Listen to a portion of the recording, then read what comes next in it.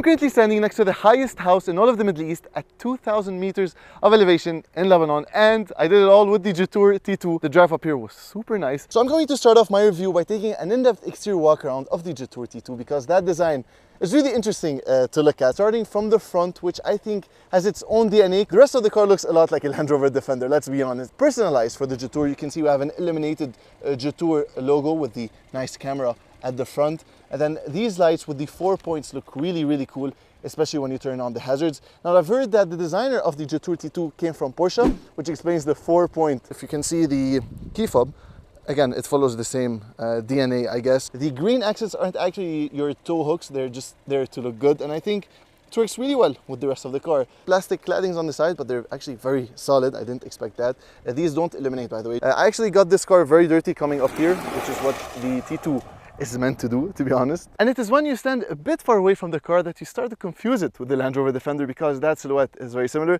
This car is smaller, so directly you notice that it's a cuter, more affordable version. At $45,000, you're getting so much for your money. And it's when you come close to it that you're going to see how that rear design is shaped and how it kind of enlarges on the side. Again, very Defender-like. Jetour emblem. This, by the way, doesn't open by holding on it. You simply have to press a button and it will unlock basically your door, which fortunately is a soft close door. These are actually just there to look cool. They're not actually functional. They just add to the ruggedness of the car, as well as these lines over here on the top. And then you have got your camera. So I just want to show you how easy it is to open the hood. Look how we're gonna unlatch it twice and then you simply lift it. Look how easy that is. And then it will reveal the massive 4-cylinder engine. The T2 is powered by a 2-liter Turbo 4 that makes 254 PS and 390 Nm of torque, mated to a 7-speed dual clutch.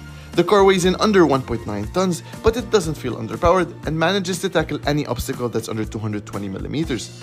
Like I always say, overlanding is a lifestyle, and if you're the type to use your Jetour for just that, you'll be happy to see nice options in the trunk, like this bar that locks the back door in place so it doesn't close on you, a beer opener, cup holders and Bluetooth speaker holder, and small cubby spaces here and there. The T2 is marketed to have X-wheel drive, which is just a fancy term for all-wheel drive that automatically switches between 2-wheel drive and 4-wheel drive thanks to center and rear limited slip differentials. You also get 7 driving modes with super cool animations displayed on the 15.6-inch screen.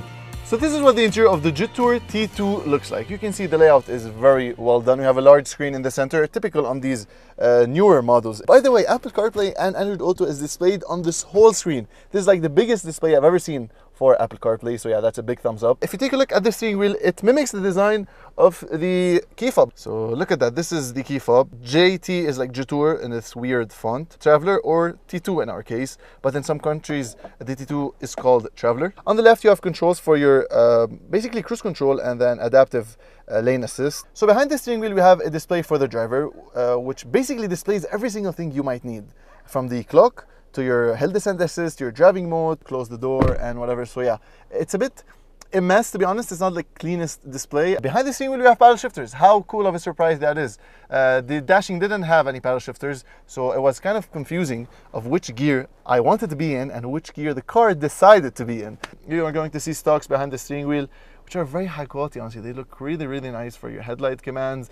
And then on the right, basically your wiper commands. So yeah, very premium stuff, I have to say, in this car. For a $45,000 car, I mean, this thing is just very well equipped. Drive Your Future is what Jetour is now putting on every single panel of the car. Yeah, you'll see it literally everywhere. So yeah, it's displayed down at the bottom, and even Drive Your Future again in this different font. I don't know why they decided to change the font. So first of all, look at this nice panel and grab handles, kind of like a Porsche Cayenne.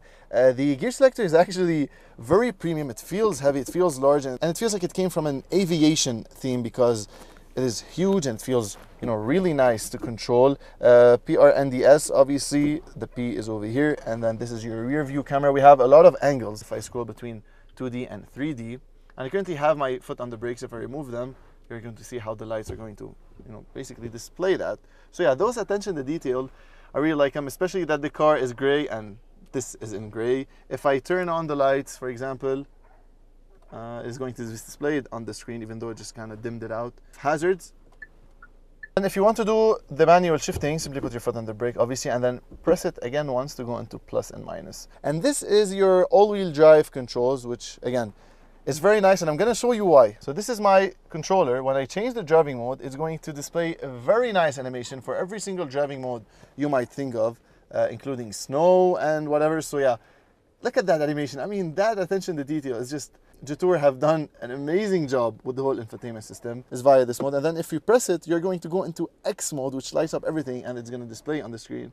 Kudos to Jetour for not having piano black over here. They have this nice trim, and then these kind of transparent buttons for hill descent, and then your parking cameras, and then on the right you have your AC and then your defrost. I'm still disappointed we don't have a physical volume knob. One of them could have been, you know, a volume knob up and down. We have wireless phone charging, and then obviously this reminds me a lot of the Defender, but instead of having like a Defender writing, we have this map with like waypoints or whatever. It looks pretty clean. And then you have a storage area to put a phone. But if we open up the glove box, which opens up very smoothly, and it's pretty large, so you can put a lot of stuff. I'm coming. Jetour, can you open the sunroof? Okay. Alright guys, so we're setting off in the Jetour T2. Parking brake is on the left. The steering wheel is very light. It's actually too light to my liking. I liked a bit of feedback from it. I really like the fact that we have paddle shifters behind the wheel. That's something that I always complain about other Chinese vehicles, that they just decide not to put paddle shifters, so you can't really do the shifting duties by yourself. Let's try the hill descent assist, since we're going down on a steep downhill. So we have to first of all switch to rock mode using this. There we go, it's doing its thing. I don't have my feet on the brakes.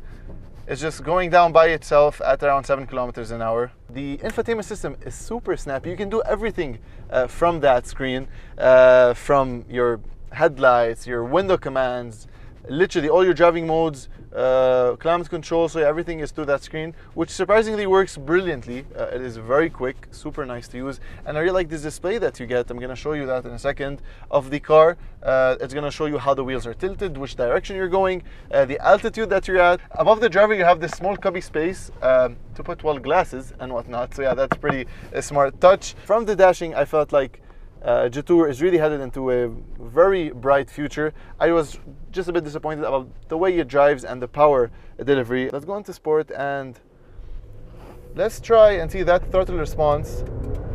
So you can see that engine roars a lot.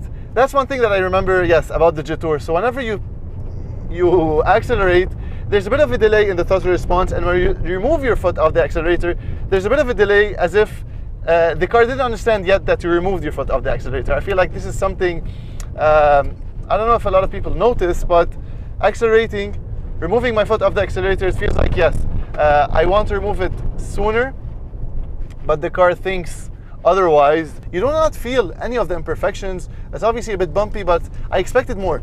I expected the ride to feel less pleasant. And you know, after driving this car a bit aggressively, I understand how fun these things are and why people are kind of comparing it to the Defender, because it feels much more lightweight than the Defender. It feels like a toy. There's a lot of torque, and for a small body of around 1.8 tons, really it can get you out of any situation.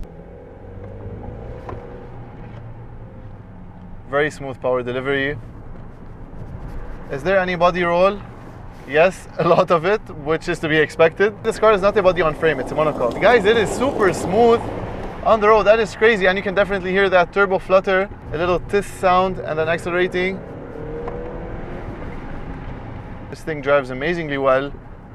That's it. That's my verdict about the car. It's smooth, it feels light, and it's overall a very good bargain. I would say the best value for your money. $45,000 is basically nothing for all the features that you're getting. So many other options on the market are either front wheel drive, or they're really not meant to go off-road. Is the Jetour T2 worth the hype? Maybe. Is it a super cool budget car? Definitely. At $45,000, you're getting a lot of overlanding capability, and while it doesn't feel as solid as I'd like, I believe it's more of a fancier Suzuki Jimny than a toned down Defender. And I say Jimny because it was super hyped at some point in 2020, and if you approach it with low expectations, you'll love it.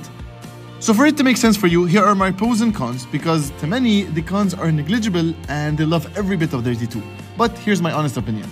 And despite its price, don't underestimate the luxurious build and quality materials. It's charming, super comfortable, and packed with options, making it feel like a bargain at 45 grand. I mean, give me the name of any car that can pull it off with all these qualifications.